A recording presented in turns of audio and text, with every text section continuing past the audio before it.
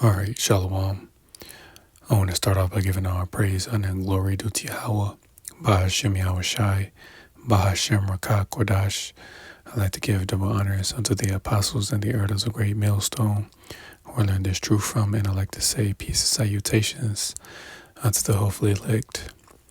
And this is the brother Yahuda from GMS Detroit, and today is Monday, March 4th, 2024, Missile Monday, and I have this article from the Interpreter. So, as always, I'm going to go into this article and bring out a few scriptures. Lord willing, this lesson is edifying and straight to the point. And it says, Missile Mad, the prospects for global arms control. Says ballistic and cruise missiles provide a country advantages that go far beyond combat capabilities.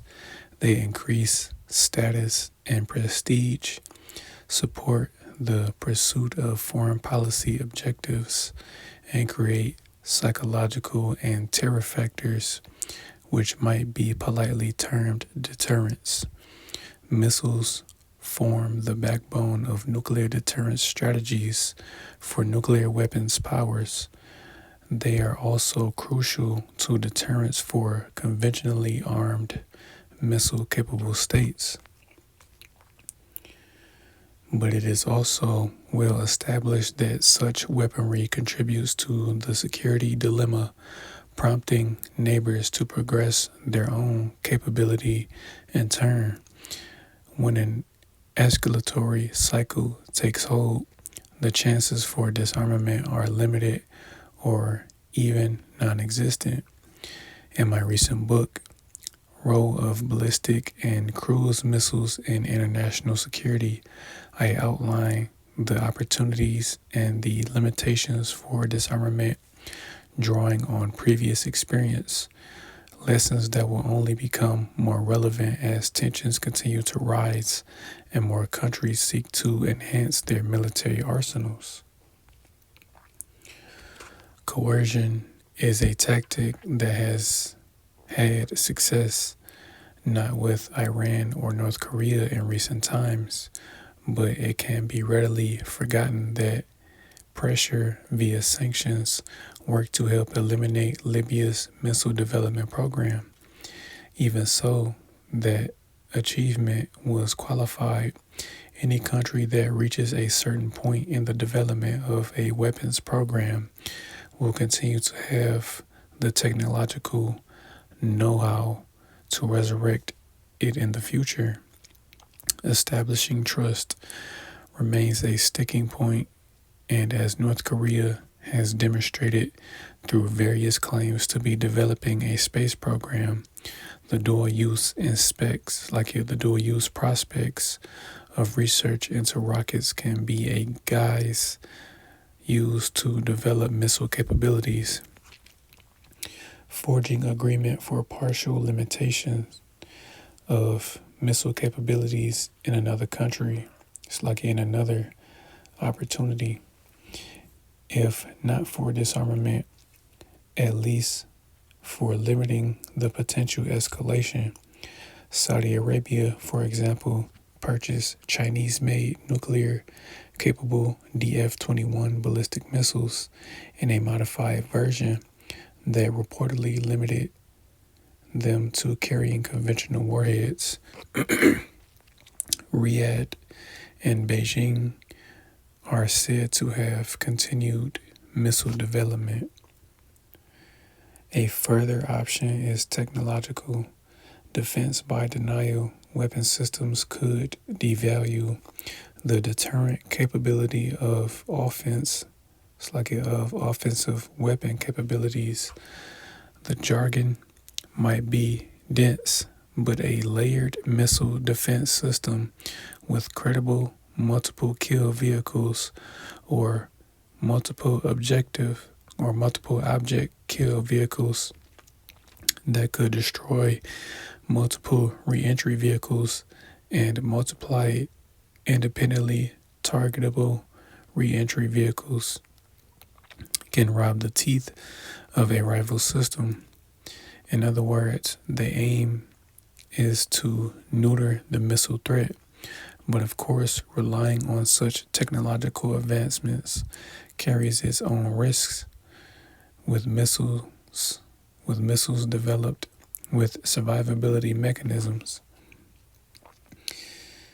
And when it comes to forging an agreed reduction in missile capabilities via diplomacy, there are always the complexities of verification. Countries tend to only enter an arms control process when they have deterrent capability. Yeah, it's like a deterrent capability to replace the present capability built up. The United States, for instance, gave up on ground-launched cruise missiles in the Intermediate Range Nuclear Forces Treaty, but maintained the sea-launched cruise missile capability. Arms control measures can foster trust. Such agreements can even reduce the quantitative and qualitative advantage of particular weapon systems, establishing peace zones and agreeing to follow a policy to induct only by replacing old missiles with new missiles can help, keeping in mind that the new missiles can be more capable than the missiles replaced. But such agreements may not necessarily prevent wars. A reduction of missile capabilities can put more focus on modern generation bombers and fighter jets.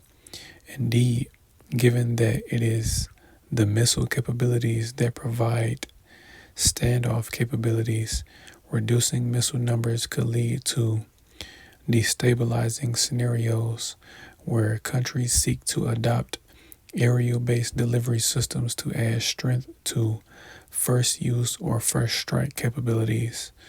Again, nothing is without complication in arms control processes. It returns to a question of judgment whether a country chooses to arm itself with missile capabilities will be based on threat perceptions and its perceived strength to mitigate dangers. In the absence of credible diplomatic means to secure its environment, credible hard power capabilities are attractive. Missile development is seen as integral, and so the dilemma remains. Yeah, man, as you can see, again, we're in a time of war. And the person, the individual that published this article pretty much said that, this isn't going to be a traditional war, man, because this coming war, World War III, is going to be fought with nuclear missiles, man. I'm not going to make this one long. Starting the book of Isaiah, chapter 54 and verse 16, it says, "Behold, I have created the smith that bloweth the coals and the fire, and that bringeth forth an instrument for his work. And I have created the waster to destroy." And yeah, man, the modern day smith being, those scientists, those German scientists in particular. Yesterday, I watched the movie Oppenheimer, man, to pretty much get a background, a better understanding of, Julius Oppenheimer, also known as, the father of the atomic bomb, because pretty much his creation, even though he was pretty much in an arms race with Germany, to create a nuclear weapon.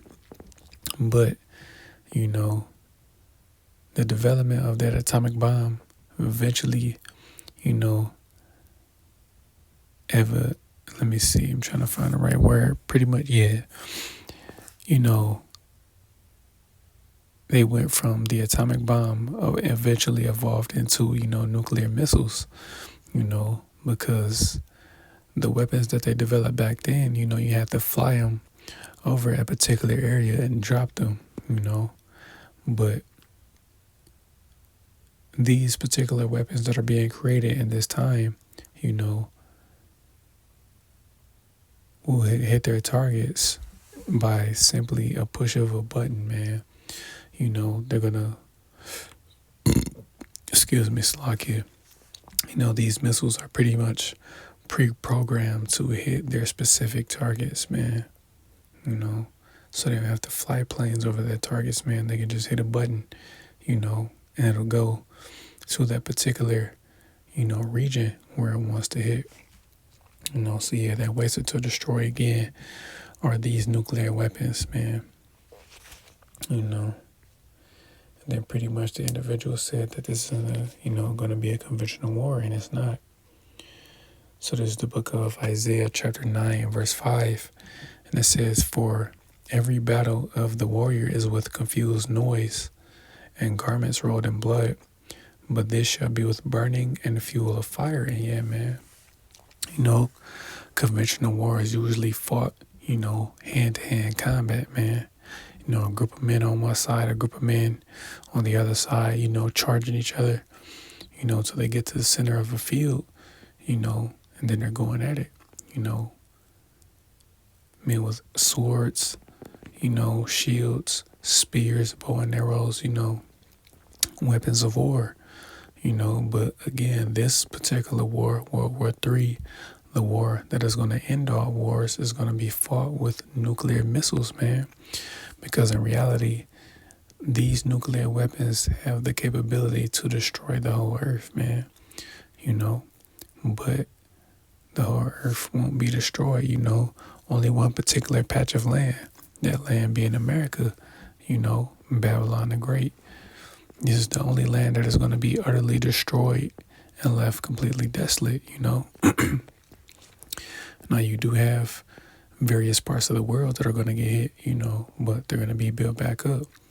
For instance, the land of Israel, where Ishmael and Amalek, are fighting over that land, and it's neither one of their land, man. The land has to be cleansed before, the nation of Israel can possess it again, So I'm going to jump to the book of Joel chapter 2 because, again, he's speaking of, pretty much when he described, like defense systems. Now, ultimately, America, has their defense systems in place or are still developing, their defense systems. But ultimately, they're going to fail. It's not going to work. Nothing is going to stop, these missiles primarily coming from Russia, but also, Russia's allies, and eventually even America's own allies are going to turn their back, and shoot their missiles over here, man. Nothing is going to stop these missiles from hitting this land. So there's the book of Joel chapter 2. I'm going to start at verse 1. And it says, "Blow ye the trumpet in Zion, and sound an alarm in my holy mountain. Let all the inhabitants of the land tremble, for the day of the Lord cometh. For it is nigh at hand, a day of darkness and of gloominess, a day of clouds and of thick darkness, as the morning spread upon the mountains, a great people and a strong. There hath not been ever the like, neither shall there be any more after it, even to the years of many generations." And yeah, man, it's describing the day of the Lord, man, because as we know, World War III is going to be, simultaneous with, the second coming of our Lord Yahweh Shai, because he's going to, make his grand appearance in the midst of World War III, man, to deliver his elect and to take down, the heathen nations, starting with Esau, Edom, And this great people that's speaking of in verse 2 is talking about those missiles, man.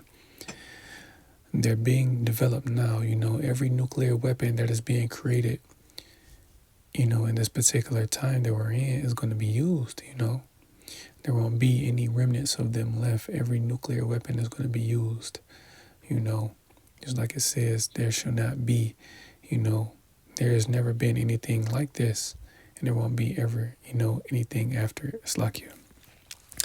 There will never be, any more weapons like this to ever be created, and they'll never ever be used again after they're used, man. These missiles serve their purpose at that particular time, to first and foremost, take out Esau, Edom, because his ultimate blessing, it's like because his blessing was the sword, also the fatness of the earth, but his main blessing was the sword, and his ultimate sword being these ICBM missiles, man. These nuclear capabilities that are being created, he's pretty much going to take himself out because, again, those Russians, they're Edomites as well, So this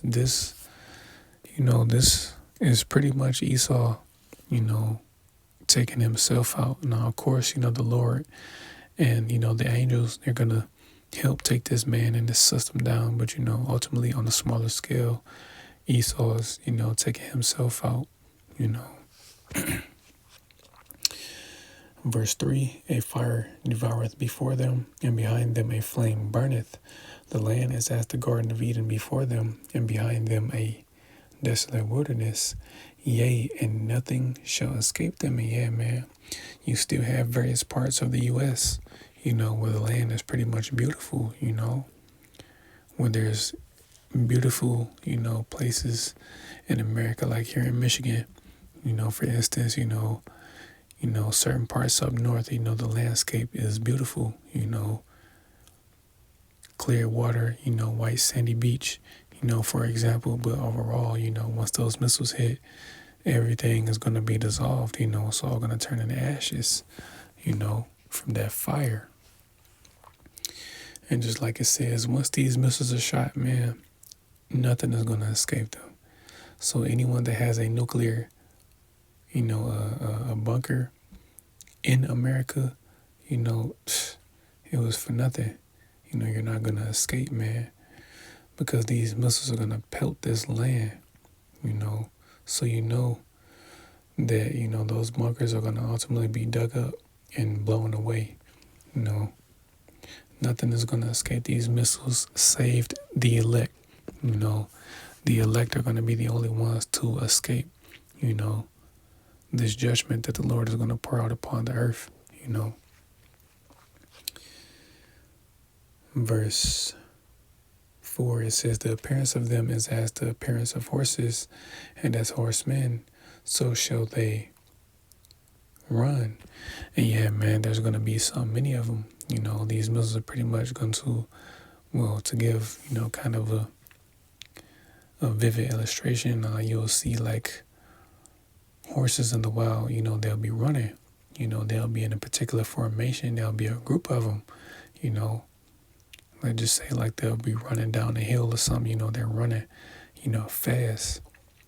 It's going to be those missiles, they're going to be, or the warheads in particular, they're going to be in a particular, formation, headed towards America, Verse 5, like the noise of chariots on the tops of mountains shall they leap, like the noise of a flame of fire that devoureth the stubble, as a strong people set in battle array. And yeah, man, you're going to hear these missiles coming, You're going to hear them, because there's going to be so many, Verse 6, before their face the people shall be much pained, all faces shall gather blackness. And yeah, man, these people are going to ultimately, see their death coming, But it's one thing, to know when you're going to die, or to know that you're going to die, but to not only know, but to see your death coming, man, is something different. These people are going to be sick to their stomachs. But, again, that's their judgment, primarily those that receive the mark of the beast, which is the RFID microchip.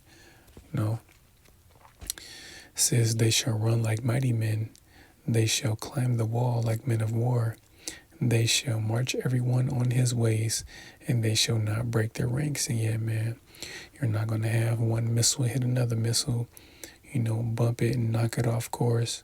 No, that's not going to happen. These missiles are going to, stay in their particular formation. It says, neither shall one thrust another, They shall walk every one on his path, and when they fall upon the sword, they shall not be wounded. And yeah, man, just like, they have, the U.S. has their missile defense system. They're going to try to shoot their counter missiles to, try to take them out, but it's ultimately going to fail, man. It's like it says, when it falls upon the sword, it won't be wounded. Meaning these missiles are just going to keep going. Nothing is going to stop them. And just to prove that, we're going to look that word sword up in the blue letter. And you can see, this is Strong's H 7973, says shalach or salak. As outlined in biblical usage, it says weapon, missile. Come on, man. That's what that's talking about. So that's how you know the scriptures are accurate. This how you know this is what it's talking about, man. And then it says the strong definitions, a missile of attack, man. So yes, man, America is going to be destroyed by way of these missiles, And then I'm going to end it on this, Revelation chapter 9 and verse 15. And it says, and the 4 angels were loosed, which were prepared for an hour and a day and a month and a year, for to slay the third part of men. And yeah, man, you have 3 classes of men on the earth. You have the sons of God, which are, the Israelites, the 12 tribes of Israel. You have the sons of men, which are, the heathen nations. And you have the sons of the wicked, or the wicked, which is, Esau, Edom, the so-called white man. This judgment is for him. He is the third part of man. And I'm going to end it on this, verse 16, and it says, and the number of the army of the horsemen were 200,000. And I heard the number of them, and yeah, man, there's going to be an innumerable amount of warheads, man. 200 million, warheads, or 200 million tons of TNT, that is going to decimate this place, that is going to leave it completely desolate. Isaiah 34 gives a vivid description of how America is going to look after this destruction takes place, So, Lord willing, this lesson was edifying. I want to give all praise, honor, and glory due to Yahweh, Bahashem, Yahushai, Bahashem, Rakakwadash.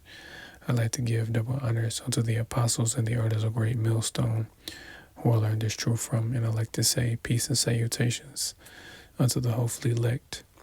Till the next time I say Shalom.